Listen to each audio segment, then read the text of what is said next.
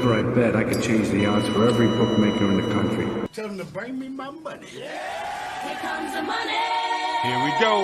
Money talk. Here comes the money. Money, money, money. Dollar, dollar.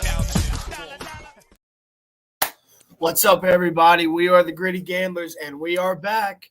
Another week in the books. How we feeling, Matt? We're doing all right. It's Reaction Monday. We're going to get some stuff off today. We got some teams to address. But overall, I'm feeling pretty good. How about you, Parlay Joe? I'm feeling pretty good. I came out not crazy numbers, but positive, so that's good. So we're going to keep moving on. Good. Hey, I see the hat today. Shout out to Colts, right? Heck yeah, let's go Colts, baby. 2-1 right now. Number one in the division.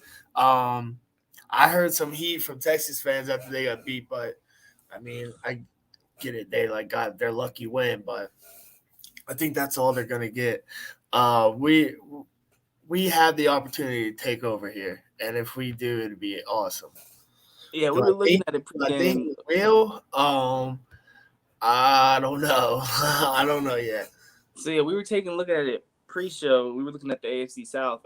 I really think there's a chance we might have to watch it over the next couple of weeks, but that's a really good opportunity for a futures bet potentially because at the beginning of the season, the Jags opened at like a minus 155 favorite. And I mean, I know they usually always lose to the Texans, but like, I don't know. This game with the Texans felt a little different. Like it was in Jacksonville and they just took it to them. DeMeco Ryans and them boys, you can't really say they brought the pain, but they were everywhere. They were flying around on defense.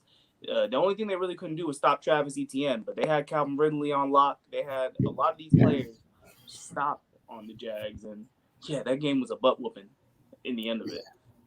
So, they had a bunch of points on that with Texans. I think I turned out pretty well.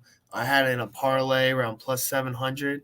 I saw that. I saw that on plus 600, plus 600. Mm-hmm. It was them, the Colts under, and Cleveland Browns money line. Yeah. And then I had that like two more times with like three other things that hit, but the Falcons absolutely destroyed my other two parlays. So should we just get into the Falcons now? Yeah, we should roast the Falcons. Let's recap that game. So Detroit 20, Falcons want to 6. be Andy Reid is what I'm thinking. With that mustache. What, Arthur Smith? Arthur Smith. He's a wannabe Mike Vrabel, in my opinion.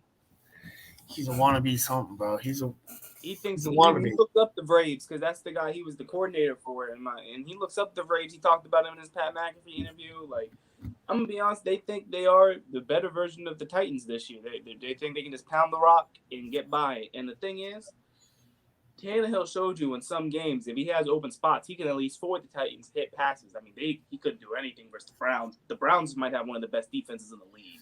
So you can't. I like the Browns. The Browns look pretty good. The Browns are still plus 200 to win their division too. Let me put it to you this way: in a cover 3 league, they're one of the few teams that can still go man to man and to send guys after their quarterback. And if pretty much they're able to open up free rushes for Myles Garrett, get him one-on-one easier because they're able to send more guys because they trust their secondary. Denzel Ward's playing lights out the past 3 games since the beginning of the season. The Browns defense, they're looking really good. Really good. Mm-hmm. They're one of the better secondaries in the league. But back to the Falcons game, more or less, Desmond Ridder couldn't get the ball anywhere. Bro, I was watching the Colts game, and I had the volume on the Colts game. Worst announcers I've ever heard. They didn't even put that game locally out here, and I'm in the DMV. That's how bad it's never local for me, bro.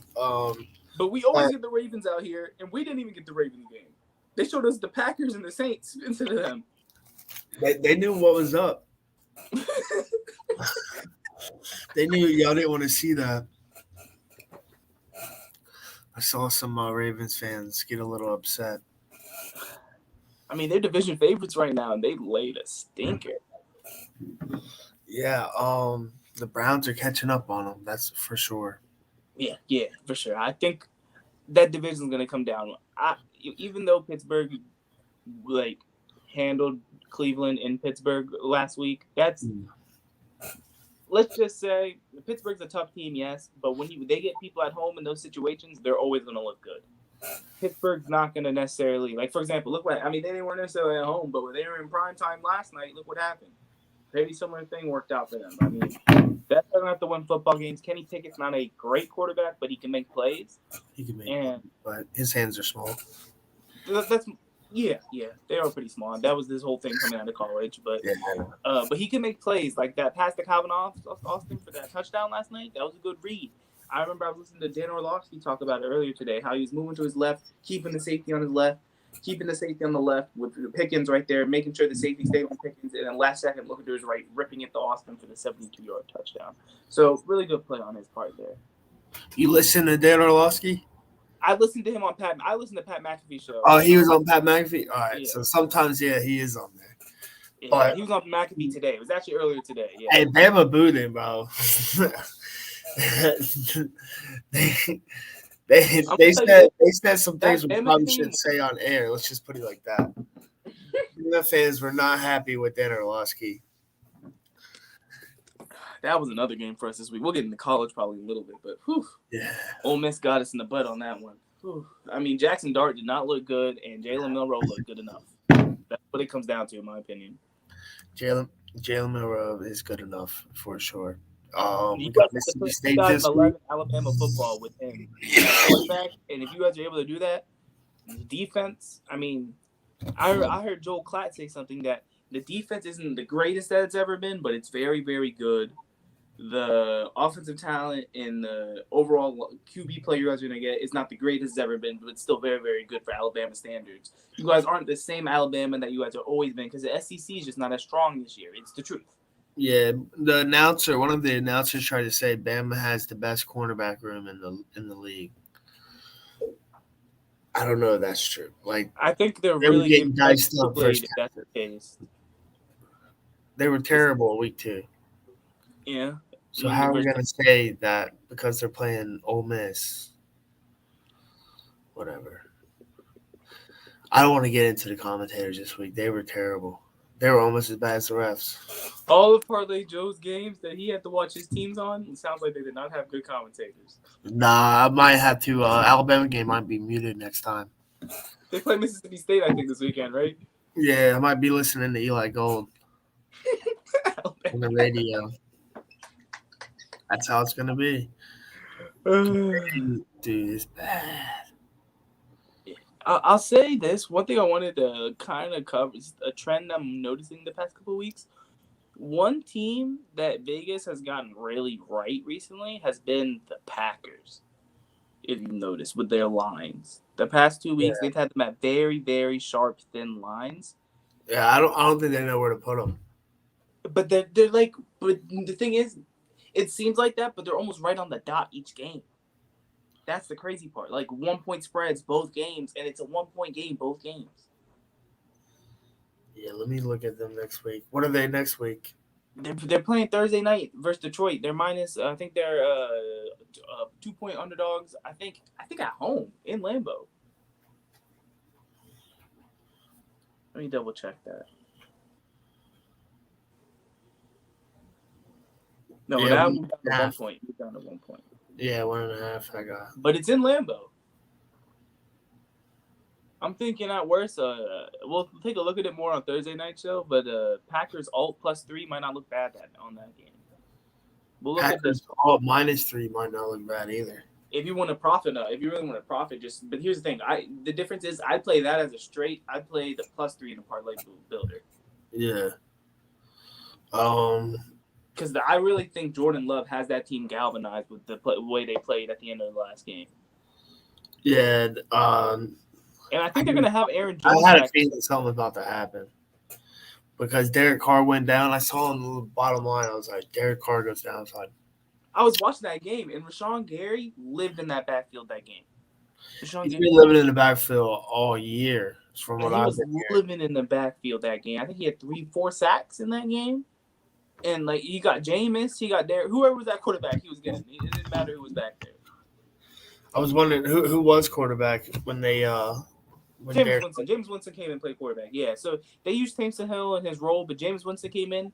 And you know why I feel bad for Jameis? Why? Because he got him in a position to win the game, and the kicker missed a 46-yard field goal. He got him in a position to win the game, whether people want to admit it or not. I know they gave up a 17-point lead. I know everything about that part, but that's on the defense more or less. When it came down to Jameis having to get them in the field goal range, he did his part, and he fed number 12. He got the ball to Olave, and they got down there. And, Hey, sometimes even the best kickers miss. I mean, it's just really Justin ironic. Tucker. The Saints traded their kicker, Will Lutz, to the Broncos, and they have a rookie this year, and he looked pretty decent, and then he misses a 46-yarder to win the game with a minute left. The Packers kneel it out, and they win. Hey, Colts went and got laughed at because we paid Matt Gay like the most money for a kicker. That boy can kick, though. 60-something. That boy can kick. Like the Rams found a gem when they had him as their kicker, and I mean they didn't want to pay him. Well, you guys wanted to pay him. That's what it comes down to. He was 100% the last 2 years from behind 50, and like You can't ask for more than that. he just kicked 4 field goals from beyond 50. Let's put it this way: he won a kicking battle versus Justin Tucker. That's how you have to say it. In Justin Tucker's house. Yeah. Justin Tucker's the one that missed the 60-yarder, not him. Yeah, exactly. That's all you gotta say when it comes to how Matt Gay performed. That he earned his contract. That That money, yep, he earned his contract right there. When you win a kicking battle with Justin Tucker in Baltimore, that's something you don't see. You don't see that. No. The greatest kicker to possibly ever play, top 5 easily. And yeah, so he earned his contract for sure. All right, let's take a look at some more games from the weekend. Let's just get into it. The Commanders 3, the Bills 37. It was a rough one for us in DC.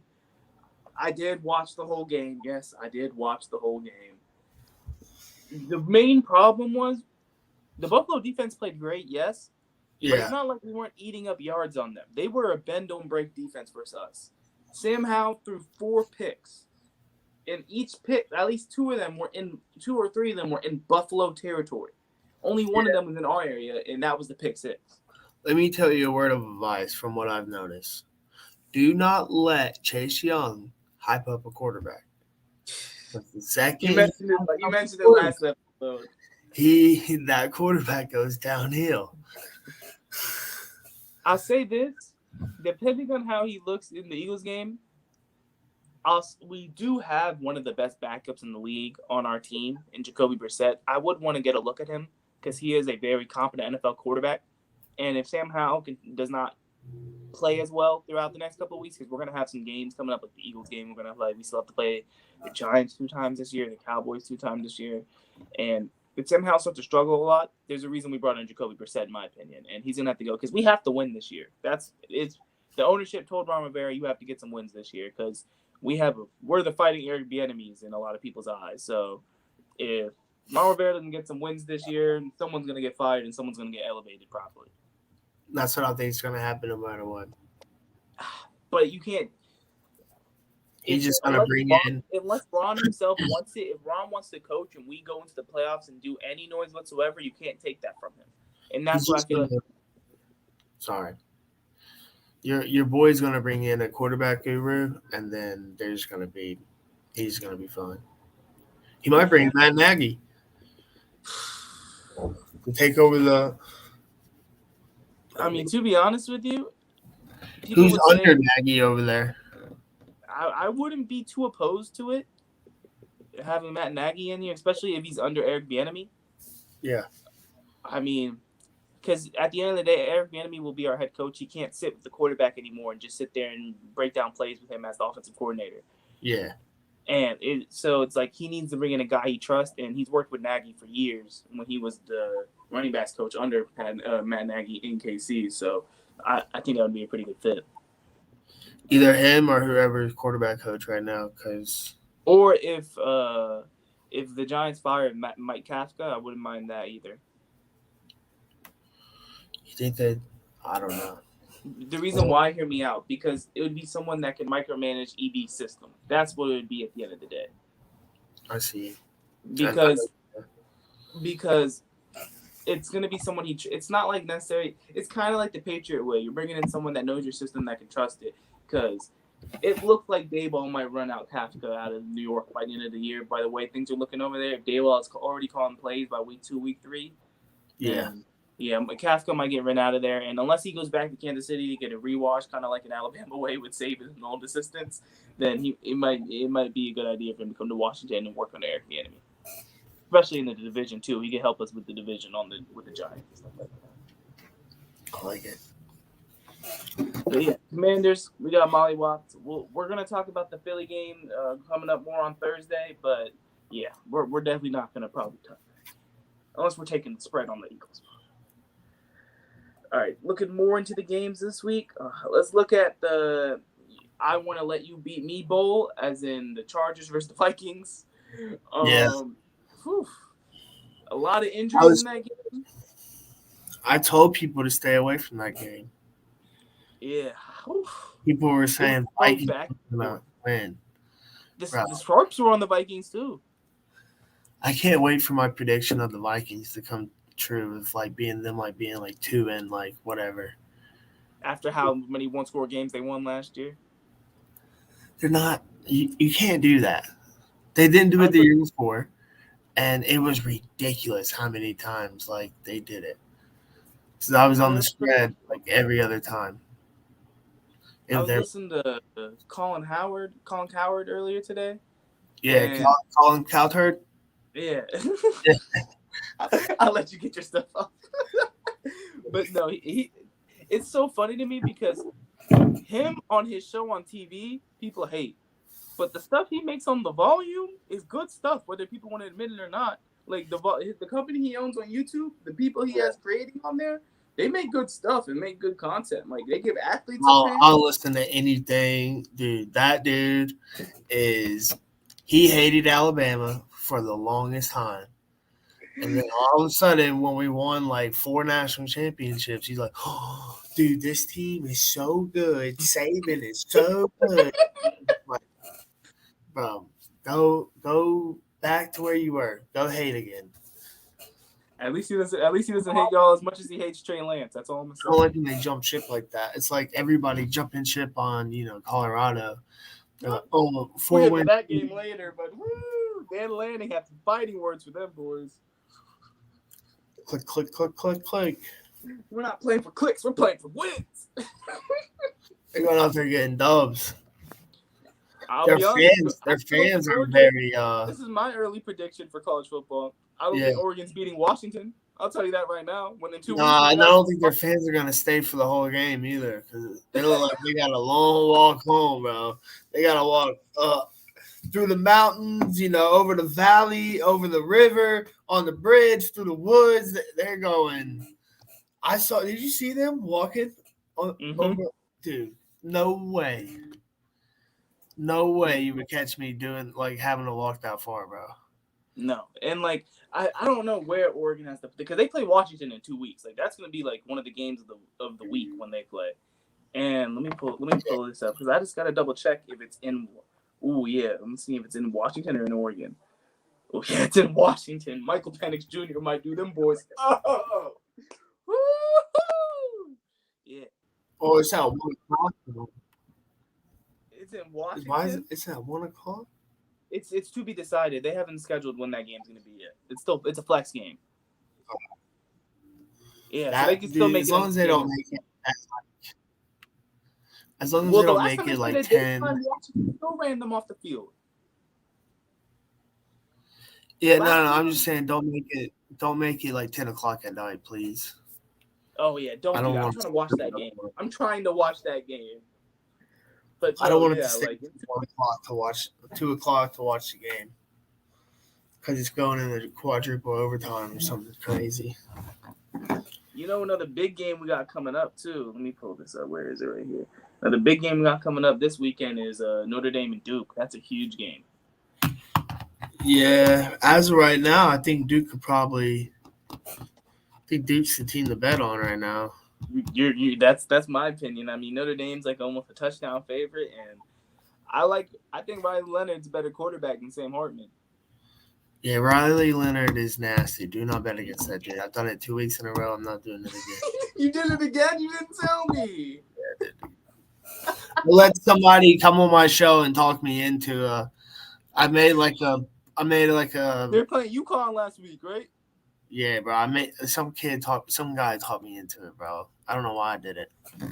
UConn competed versus NC State, but the difference is Duke has I talent. let a UConn fan talk me into betting on UConn. That's what happened.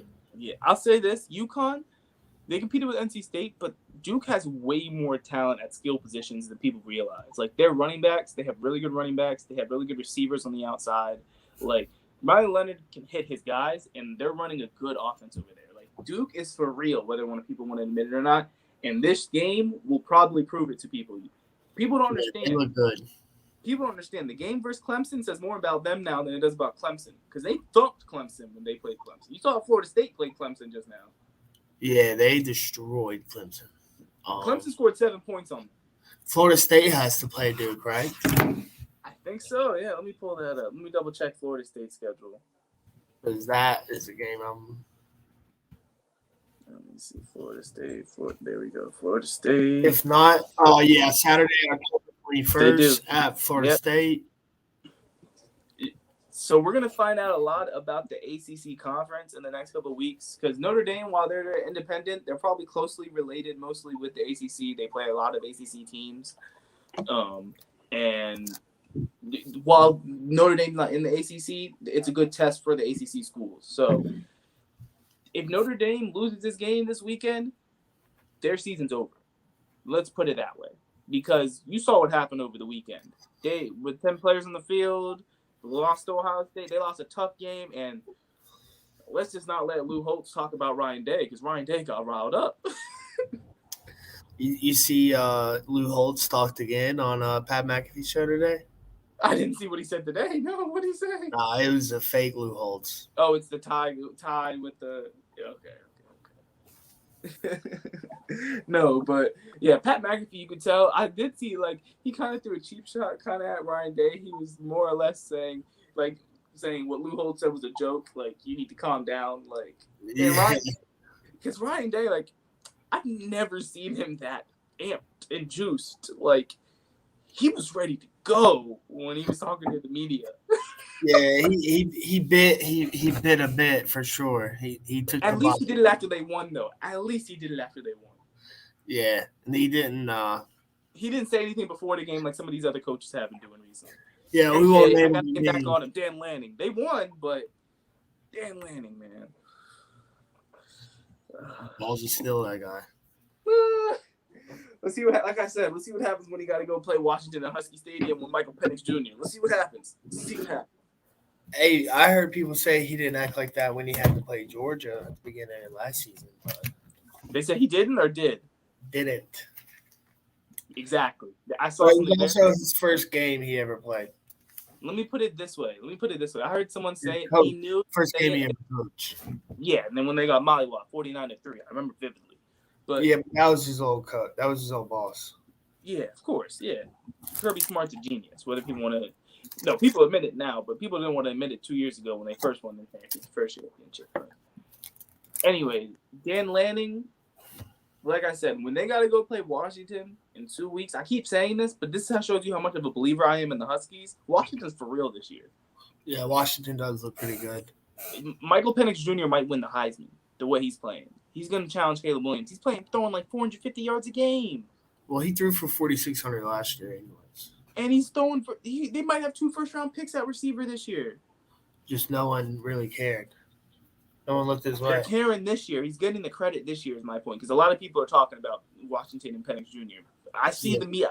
One thing I do is I study the media, and I've seen people are putting Washington in their top 4. The only people that really haven't are the AP and obviously we don't have the playoff poll yet, but those are the only people that haven't really put Washington. Washington looks real with the way they just beat up on teams. Like, if Oregon can't stop them, because that Oregon versus Washington is going to be a track meet, kind of like with the Dolphins game, only they'll be able to compete. Because I always remember I watched within 5 seconds of watching the Dolphins game, I was like, okay, that game's going to be a track meet this week. But that's what I mean when they're like, it's just speed on speed on speed. And that's what Washington versus Oregon is going to be in a couple weeks. We're going to be watching tons of great college football in the next couple weeks. Yeah, I think the over will hit in that game. I don't think I it'll remember be the over last year was like 80, and it went I remember like the over was like 60 or something, and the over was like 80 or like it was like crazy, or it was like I think it was like 37-34, something like that. It was a close game, but Washington won last year. Yeah, I had the under last game, but it didn't matter because Ole Miss messed everything up. Yeah. I mean, whew. I'm not Jackson too Dart. We talked about it a little bit earlier. Jackson Dart just didn't look good in that game, but I digress. The one team that I think looked good, and I think they're playing Texas this week. Kansas with Jalen Daniels looks pretty good. I can't lie. And I'm not saying I said Kansas with Jalen Daniels at quarterback. Oh yeah. They look pretty good, and They play Texas this week. That's what I'm saying. I don't think they're gonna beat Texas, but they're gonna compete. They got guys on the field that compete, and we're gonna look at the line probably late on Thursday, but that's a game to watch this weekend, in my opinion. Yeah, that line's good. Because Texas just beat up on Baylor, so people aren't going to be suspecting it. But people forget that they were asleep in the Wyoming game for 3 quarters the week before. So you can catch Texas sleeping, and the thing is, Quinn Ewers looked trash in that Wyoming game before out of nowhere they just got it together. So Quinn Ewers can still have his moments when he looks horrible. Wait, and you know who they have to, you know what else is perfect? You know who they play the week after, right? Oklahoma. Yep, that's where we're already going. They're gonna be looking forward to that Red River rivalry game already, most likely before they play Kansas. Might be a trap game for Texas. Absolutely could be a trap game for Texas. I mean, yeah. Looking else, what else do we have for next week college football? That's just about it that I like. I mean, one thing that we did hit on that was close. It didn't matter because, like we said, screw Ole Miss. Yeah. Shut out Rutgers. They did their part. Shut out Rutgers. They did Rutgers their part. Rutgers looked pretty good. They scared me at the end. But they did cover by 0.5. They held it to the last breath. And the reason why I say that is I don't think I can do it again when Michigan plays Nebraska this week because Nebraska, you saw their quarterback issues, but I mean, let's see. How did Hackenberg looked okay versus no, never mind. Yeah, no. Oof. Because they already benched that Sims quarterback that they had, and they already put the next kid in at quarterback. But they're just running the same offense. So it's like, yeah, no. That's a game we're probably going to have to avoid. Penn State might destroy Northwestern. Iowa jammed us. All they had to do was like kick a field goal. And all they had to do was score points. Yeah. Get some points. That would have hit. And they had like 2 or 3 drives where they were starting at like the 40, the 50, and this Penn State just didn't let them move. That OC is gone. That OC is gone. He has a thing in his contract that he has to be over 25 points a game, man. Are you serious? Yeah, like I'm absolutely serious. And he's at 25, and they scored 40 something, and they just scored 0, so that probably jammed him. He's gonna have to put on a year just to keep his job. Yeah, he's gonna have to go score some points soon. One game I'm looking at, especially because it's on Friday night and it's a ranked matchup, Utah versus Oregon State. One thing I'm looking at, they're playing at the Beavers, and while Utah's defense looked outstanding versus UCLA, I cannot lie. I watched that game. Utah's defense played one of the best college defensive performances I've seen. Like, watch. The score was 14-7. Like, they locked them down. Dante Moore was, I hate to use the term because he got used a lot. He was seeing ghosts. The first that must be me. I had Utah first, but I had Utah spread in that game, but what messed me up was Ole Miss. Because I had a 3:30 spread games, and that was one of my 3:30 spread games I took because I was looking at it. Kyle Rittenhouse, or not Kyle Rittenhouse. I forgot. You know the coach, the last name on the I know his first name's Kyle on the Utah coach. I don't remember. His Yeah, name. but they're known. Their culture is I know he's been there for defense. 17 years. Yeah, and their defense is probably the best in the Pac-12 this year. Kyle Whittingham. Kyle Whittingham, yes. Their defense is probably the best in the Pac-12 this year, and they probably might lose on Friday to Oregon State is what I'm getting at. The reason why I was hyping them up so much because if they don't have Cam Rising in that game, I don't know how they're going to put up enough points even with that defense because I know DJ Ugunale isn't the best quarterback, but he can put up points for Oregon State. He could definitely put up some points. They've been doing that. That's a 9:00 game in the Beavers. It's gonna rain too. The Beavers run the ball like crazy. Well, Beavers did lose to Wazoo by 3. And to be honest, I watched that game too, and I had Wazoo in that game because Wazoo was 3-point dogs at home in that game. Yeah. In my opinion, that was crazy because Cam Ward hasn't thrown an interception. Cam Ward looks good for them this year. And they tore the Oregon State to shreds in the passing game. The reason it was close was because they couldn't put them away. And when they couldn't put them away, eventually Oregon State just kept – Oregon State, what they could do was run the ball down Washington State's throat. And that's what they did for most of that game. So they ran that ball directly down their throat. And they had multiple guys, I think, almost go over 100 yards in that game. But the Utah-Oregon State game, Washington State plays this week. Did they not play? I was trying to see who Washington State plays this week. Washington State, they might be on their bye. Let's see. Yeah, it looks like they're on their bye. All right, bet. One thing I'm going to ask you about are 2 SEC games. First, what do you think about Tennessee, South Carolina looking at for next week so far? I sprinkled South Carolina money line 350. It's skyrocketed down. I know someone has it at 440. It's going to be a close one. I think so, and I think we're gonna have to take a look at it on Thursday. But with the spread sitting at like 2 touchdowns, South Carolina spread might be a nice parlay builder. Very nice parlay builder. Oh yeah, definitely. I think that's definitely going to be in there. And then the other game I wanted to ask you about was, Alabama, Mississippi State. We talked about it a little bit earlier. We just mentioned that that's who they're playing. But what do you think about the game itself? I think we'll be able to handle business as usual for Mississippi State. Because it's also roughly around a 2 touchdown spread that game. Is that game where are you guys home or away for that game? Away. Away. Okay. Yeah.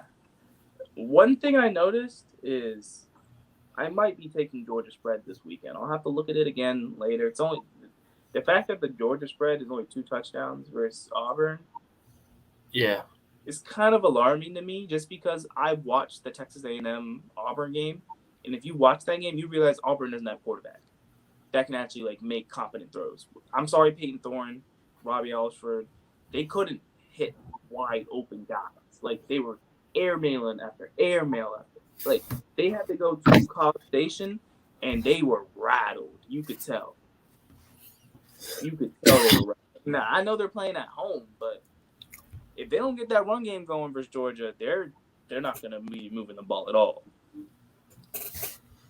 I can see Hugh Freeze showing up for this game, having the guys ready. It's a rival game. Yeah. It's going to be a big game. It is going to be a big game. It's a 12 o'clock game, too. 3:30 game. 3:30 game. I hit 16. The spread in Texas, I just saw the Kansas-Texas spread is -17 when I was looking at it just now. Yeah, we might have to talk about that Kansas spread. Put Kansas plus money. I might do Kansas alt. I might do an alt parlay builder. I might take Kansas like plus 20, plus 18, get by some points just because it'd be so cheap at that point. That might not look bad at all. Another game we didn't even talk about is another SEC game. Kentucky and Florida. That's a 12 o'clock game on Saturday. Florida's ranked. Kentucky's 4-0. Unranked 4-0. And it's in Kentucky. Kentucky's favored at home, too. That's an interesting one, but I think a lot of people are going to be on Kentucky. Probably, yeah. Yeah, I think so, too. And if, Florida can get that money back on the spread, which won't be hard, they'll be looking good. I'll say this: Florida. You have to understand, Florida's loss was to one of the better teams in the country because Utah is legit. So the Florida spread looks like, for college football, if you were to bet $100 on a sample of 526 bets, you'd be up $6,636 right now. Yeah. So 58% win rate and a 13% ROI, return on investment. So Florida might be a really good option looking into Conference matchup, heavily bet Florida plus 2. SEC East matchup too. Yeah. Divisional matchup, not even just conference division. Yeah, that's good. College football. There's going to be some opportunities this week.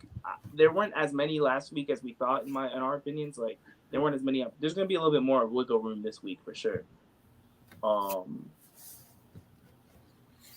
Yeah, like I really think I'm looking at the spread right now. I hate me. I hate taking big spreads like in terms of favorites minus, but yeah.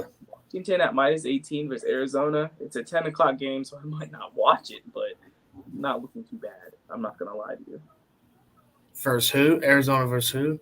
Washington. Washington minus 18. Looks like it opened at minus 21. All right, then that's something to note. Then that's something I'd have to watch. Arizona. I think the reason Arizona the line moves because Arizona looked good for Stanford. Yeah, I can see that. Arizona looked good for Stanford, but overall, Arizona lost to Mississippi State. But then again, SEC is just SEC, so you can't really put that against them because it was a close loss. But another thing too, Oregon's only the spread on Oregon this week is 27 points for Stanford. You think Dan Lanning's gonna have them boys to play for that game? Oregon versus Stanford. Stanford, who lost to an FCS school this year too. Let me pull it back up. 1 second. What time is that? That game is at 6:30. Yeah, they might get that one too. They might blow them up. USC, they beat when USC played Stanford, they beat them 56-10.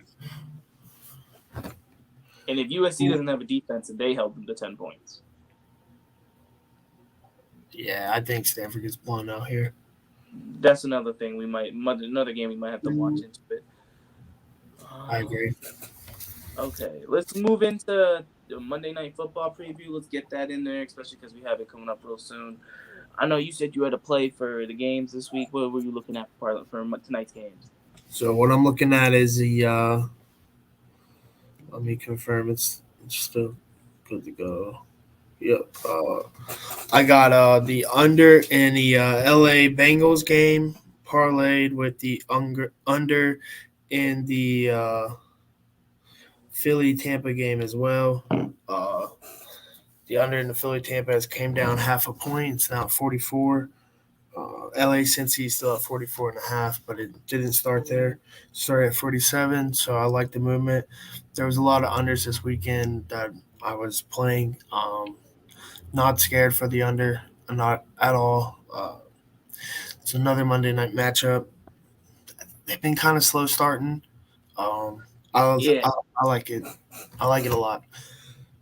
It's parlay together. I think it's like plus 250 or something like that. I'm not sure. I bought up some points just in case. Bought up like 2 points each. Back to like the original spread. All right, so that's your plays for tonight. The under on both those games.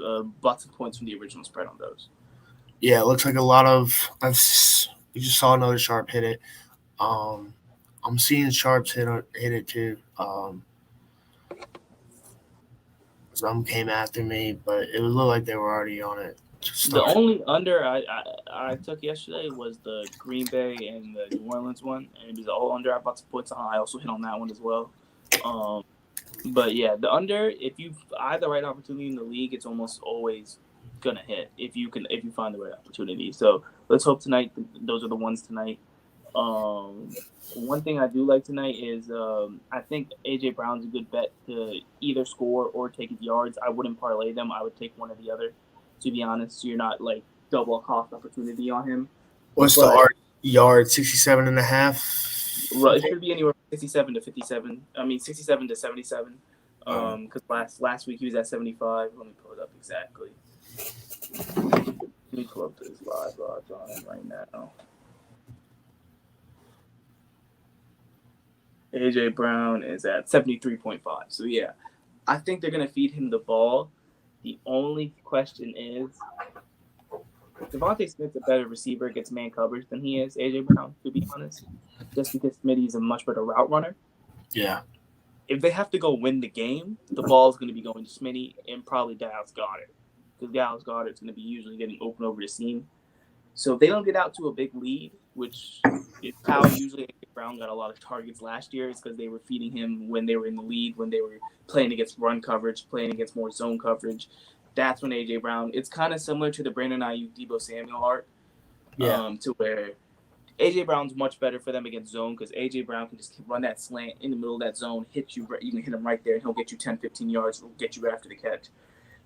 So if they're able to do that tonight, then yeah, I think AJ Brown should be able to hit his yards, especially with all the hoopla that was in the media from last game, the Vikings game, when he was screaming at Jalen Hurts on the sideline, and Jalen Hurts had to address it in the media. Devontae Smith had to address it in the media, and AJ Brown had to address it in the media. I think they're going to get AJ Brown the ball tonight. He's probably a better bet to hit his yards than score, just because they're probably going to hit him on a few more of those slants. But he's also probably a good bet to score tonight. I like it. I think he'll score tonight. He hasn't scored yet, so that's a good thing. And they've been trying to get him involved. Don't get it wrong. They just haven't hit it yet. Like, they haven't hit those deep shots to him in the end zone. I would love for him to have a great game because I have him in fantasy, and I need like a lot of points. So I don't think he does it. But I'll tell you this: I really like the under on that Cincy versus LA game, just because I think I probably won't bet it, but I think LA takes that game tonight. I think Burrow is a lot more banged up than people seem, and he's not going to look right tonight. It sounds like. I mean, even if he might not play one, but if he does play because they need him to play because they're 0-2 and they can't go 0-3 in the AFC, if he does play, I don't know if he's going to look right, and Aaron Donald's going to be going after him. So I heard he's playing. If he's playing, then they're going to have a hard time competing with Matt Stafford and them boys because Matt Stafford has them boys ready to play. They compete every week, the Rams. I think he's playing. Yeah. Playing good football, whether the stats show it or not, when it comes to the touchdowns and interceptions. When it comes to his playmaking on the field, and it comes to getting the ball in the right spots to get them in positions to win and get him in the red zone, Matt Stafford's been making phenomenal plays this year so far. So I kind of like the Rams to take that game tonight with Burrow being banged up as he is. Especially because Jamar Chase has been so quiet this year, too. You could tell that he's also banged up because he can't get the ball to Chase. Yeah, it's looking interesting. But from what I see, I think he's playing. Okay. And if he's playing, then that line is what it is. But if he's not playing, that Rams line is a big opportunity at plus money right now. I like their plus money even if he plays, to be honest. The Rams, just because Burrow doesn't look right, and a Rams team with young guys that are hungry. That's what people don't understand. The Rams are one of the youngest teams in the league. They're a bunch of naive kids that are hungry that want to go play. So they're going to get after it. They're going to go play, and they got some good vets with them. They're going to have Puka Nacua. They're going to have Tutu Atwell. They're going to have tons of weapons that McVay knows how to scheme almost as good as anyone to get open. So, yeah, if you see the Bengals start to play too much zone coverage tonight, the Rams will exploit it, and it will be a problem. You'll see it. I like it. But, yeah, besides that, I mean, I don't have too much for Monday night tonight. I was really more looking into the week 4. As what I was looking at was we have our first London game upcoming in week 4. We do. We have the 2 teams that are honestly on our poo-poo list. We have, and speaking of, honestly, not only that, we have the poo-poo bowl of the year so far, which I'll get to after this. But the Falcons and the Jaguars are playing in London on Sunday morning. And to be honest, the Jags are a good London team, whether I want to admit it or not. They always play good in London. They'll probably get right versus the Falcons in London. We'll look more into that line, but I don't know. It's a close game for sure because the Falcons have a lot more talent than people give them credit for. The game just the Packers show it. I mean, the Packers are good. The Packers are pretty good. And the Falcons went and came back from 12, 13 points down. They might not have a quarterback, but they got talent in a lot of other positions. Yeah, I like the under in that game. With the being in London, being early, I don't think they're going to be up ready to score. And I think the Falcons are going to try to pound the rock all morning. Definitely. But let me address the poo-poo bowl of the season so far. We're going to have the Broncos playing the Bears. I honestly think the Broncos take that game in the poo-poo bowl of the season just because I know they just lost by 70. I know they just lost by 50. I know. And I know they just got 70 put up on them. But the Bears have some organizational issues that like you can't really like deal with right now. And with that being said, I think the Broncos will get right. Because, I mean, they almost beat us, my Commanders, and then they almost beat the Raiders. So they had really good chances to win. The Bears have been getting dominated all 3 games. Yeah. So especially I'm 41-0 a half, or down 41-0 with Taylor Swift there. That's what I was going to say. They're getting beat up so bad. The Chiefs had enough time to get Kelsey a touchdown for all the Swifties. They had enough time to get him a touchdown for all the Swifties so we could walk out after the game with her next to him and look cool because he got his touchdown. Is an interesting couple, though. You see Andy Reid's jokes about it? Nah, I did not. What did he say? They asked him, he's like, did you get to meet Taylor Swift? He's like, I've met her before. And then he says, who do you think got them together? And then he laughed and walked off. Andy Reid's got jokes. I think there was another video of who is your crush? Who is your celebrity crush? Oh, I saw that one. And he's like, man, cut the camera off more or less. They said, someone in the background's like, yep, They apparently it's been in like behind the scenes. But what I'm a little worried about is she wouldn't let him up to the stage. I mean, let the Swifties come and attack if they want. I don't care. But I mean, you can't let this guy. You gotta bring him up backstage. Got to. That's your guy. Yeah. No, she came to him in the locker room. Yeah, she came to him though. So yeah, that is a plus. Shout out, hey, Trav, you're doing better than a lot of us. Yeah, Taylor Swift. That's a good one.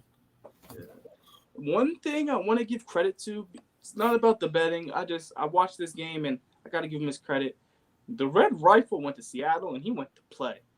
Whether they won the game, they lost the game, the Red Rifle went to Seattle and he left it on the field. Yeah, I was a little disappointed they didn't cover there, but he almost threw for 400 yards. Yeah, but he didn't cover. He didn't. No. To be honest with you, in my opinion, the play was Seattle minus 4.5 for me. The play was for me. I had Seattle minus 4.5, but I couldn't not just give credit to Andy Dalton, the Red Rifle, for going in there. The old man, Adam Thielen, stab, stab, stab, first down. Stab, stab, stab, first. He was still doing it. The fossil he is, man, he was cooking them boys. Adam Thielen, he was still stab. Like, I watched Mark Sanchez, stab, stab, stab, stab, stab. Like, because he's still getting his feet in the ground. Stab, stab, stab. You're good at that. You're good at that. He was moving around, man. I gotta give Thielen this. Did you see what Thielen hang on them? Thielen put 11 catches, $150, and a touchdown on them. He played like his name was Devontae Adams. Come on. Someone who didn't play good, who's on the poo-poo list, is Matt Collins. Matt Collins looked bad. And they kept throwing to him. I was like, They think you know what's funny? They must think he's Drake London or Kyle Pitts. Dude, they think he's somebody that he's not. Because they threw to him and, like, just were like, why didn't he catch it? And, like, I was just like, why didn't you throw to the other 266 freaks that you have? And you're throwing him into quadruple coverage. Like, throw it to somebody else. The Falcons better hope. Give it to Bijan. Bijan looked frustrated. The Falcons better hope they can get a quarterback in this class because the 24 class is going to be one of the best QB classes in a long time. They just better hope they get a quarterback. That's what I'm going to say. You think Heineke plays by the end of the season? Yeah. He's way better than what Ritter's putting on the field. Heineke would be hitting – what? Heineke should have been starting out for them out of camp, if I'm being honest. I agree. 1,000% on that one. He has toughness that them boys just don't have. Yeah, he's different.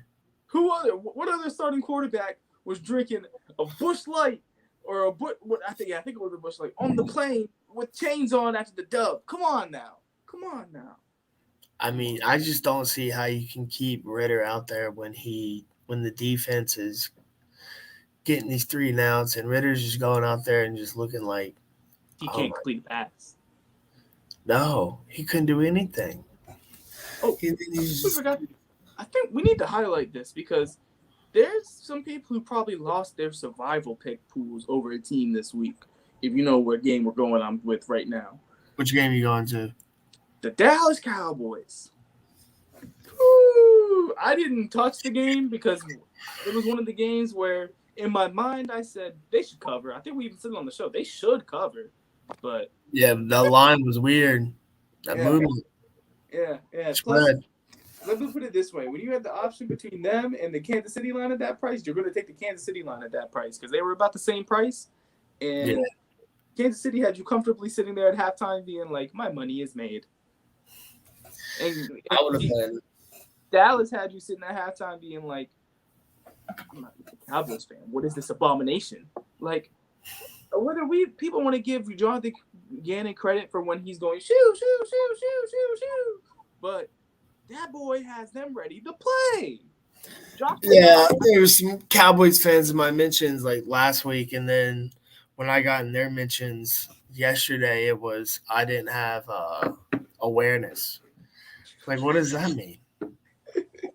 I go. Yeah, I'd be upset too if I just got blown out by the Arizona. You know what they're gonna say, and the one thing I posted them an excuse. Posted a meme of a GIF of Stephen A. with a cowboy hat. Dancing. Just wait. If they lose 2 in a row, I will come on this show with a cowboy hat on. And the funny part is, the trap game to me was the game versus New England this week. So yeah, I didn't touch that game. I couldn't do it. I haven't touched it either, but I don't know if they win that game. New England's defense is ferocious. Oh, Dallas plays New England this week. Yeah. Oh, yeah. New England's defense is ferocious, and Mac Jones can compete like he has been in some of these games. Yeah, the Cowboys. I'll tell you this: ever since Trayvon Diggs is in there, I watched that game versus the Cardinals. Their secondary looks average now. Deron Bland was getting cooked. Gilmore couldn't keep up with Marquise Brown when the game mattered. When the game was on the line, he got beat twice by Marquise Brown. Twice, maybe even 3 times. I think he got beat on a go route, too. So their secondaries look – and Jordan Lewis was getting flagged multiple times. So their secondary without Trayvon Diggs looks completely average. I'll say this: Trayvon Diggs more than earned his contract with that game yesterday. Him and the offensive line, Zach Martin, Tyron Smith, because they were missing 3 starters on O-line. I'll say that. They were missing, and they could, which matters because they couldn't move the ball in the red zone. They couldn't score. They got to the red zone 5 times and scored once. That's the thing. You go into a game like this, underestimating a team like that, you'll come out with an L easily. Yeah, and I mean they got their butts handed to them by Jonathan. Another thing I'll say, Joshua Dobbs is the perfect fit for what the Jets need for a quarterback right now, in my opinion. Wasn't Joshua Dobbs Traded? I know he was just traded to Arizona. Yeah. But if Arizona realizes the opportunity they have right now, because Arizona's in their mind they're tanking for the first pick, right? If you have Joshua Dobbs play all year, in my opinion, Texans. I know they got to win, but they're not going to end up being good. No. Yeah, for sure. But that's my point. The Cardinals are also probably going to tank with their own pick. Maybe. I mean, my point is they stripped the roster down this year. It really looks like they are. They did strip the roster down, but I don't know. It's weird. And they traded for assets. I really think they're trying to tank for the first pick. And hear me out. I don't think Joshua Dobbs is going to let them. Joshua Dobbs is playing his heart out for that team. It's going to be the same thing with the Texans last year. They're going to want it and not get it. Then they're going to end up with I'll tell you this though, the difference is 3 and 8 or something. Did you see what the Bevan Jordan, the tight end for the Texans, said in his post-game press conference about C.J. Stroud? He said, "Thank God we won that game last year because we got number 7 now." He was already throwing shots at number 9, Bryce Young, because they love C.J. Stroud in that organization. I mean, also I'll tell you this: C.J. Stroud looks like the best quarterback in this class so far. Pocket passing. He looked terrible 2 weeks ago. What are we talking about? Come on, man. How about the past 2 weeks? He's looked like the best QB. Nah, he did not. He did not look that good versus the Colts. Isn't that the game he almost threw for 400 yards? Did he score? I think he threw 2 touchdowns. Bro, they didn't win. They didn't win. They didn't win. Now, all right, now he's just going to be like Justin Herbert, and we're just going to be saying that. You know what's funny? That's who they compared him to. So good. He's so good. I already heard the comparison today. You're right. You're right, though. Win. He's going to put up crazy stats. So if you like fantasy football, you're going to want to have CJ Stroud on your team. Nah, you're going to want AR who runs for 2 touchdowns. Oh, yes. I was looking at this right now. CJ Stroud, 3. Yes, yeah, that boy can't stay healthy, though. So we're going to have to see. CJ Stroud, 384 yards, 2 TDs versus you guys. And then you saw what he did versus the Jags. CJ Stroud's looking really good. They're probably going to keep AR out this week, too, and then just let him come back in. I mean, Minshew's not a bad backup. We're just going to let him come back in versus the Titans. Let Gardner get beat up a little bit and then bring him in versus Titans. Why are we playing versus Aaron Donald, bro? We're not going to. Oh, yeah, we'll play the Rams this upcoming week? Yeah, we're not going to do that. I'm going to be honest with you. Yeah, the Rams are no joke. I mean, he's going to get hit. Yeah.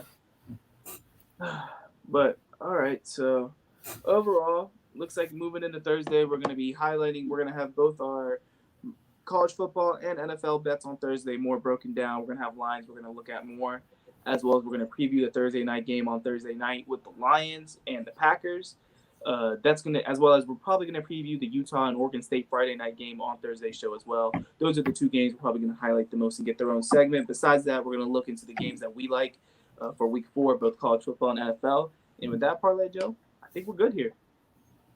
All right. Whenever I bet, I could change the odds for every bookmaker in the country. Tell them to bring me my money. Here comes the money. Here we go.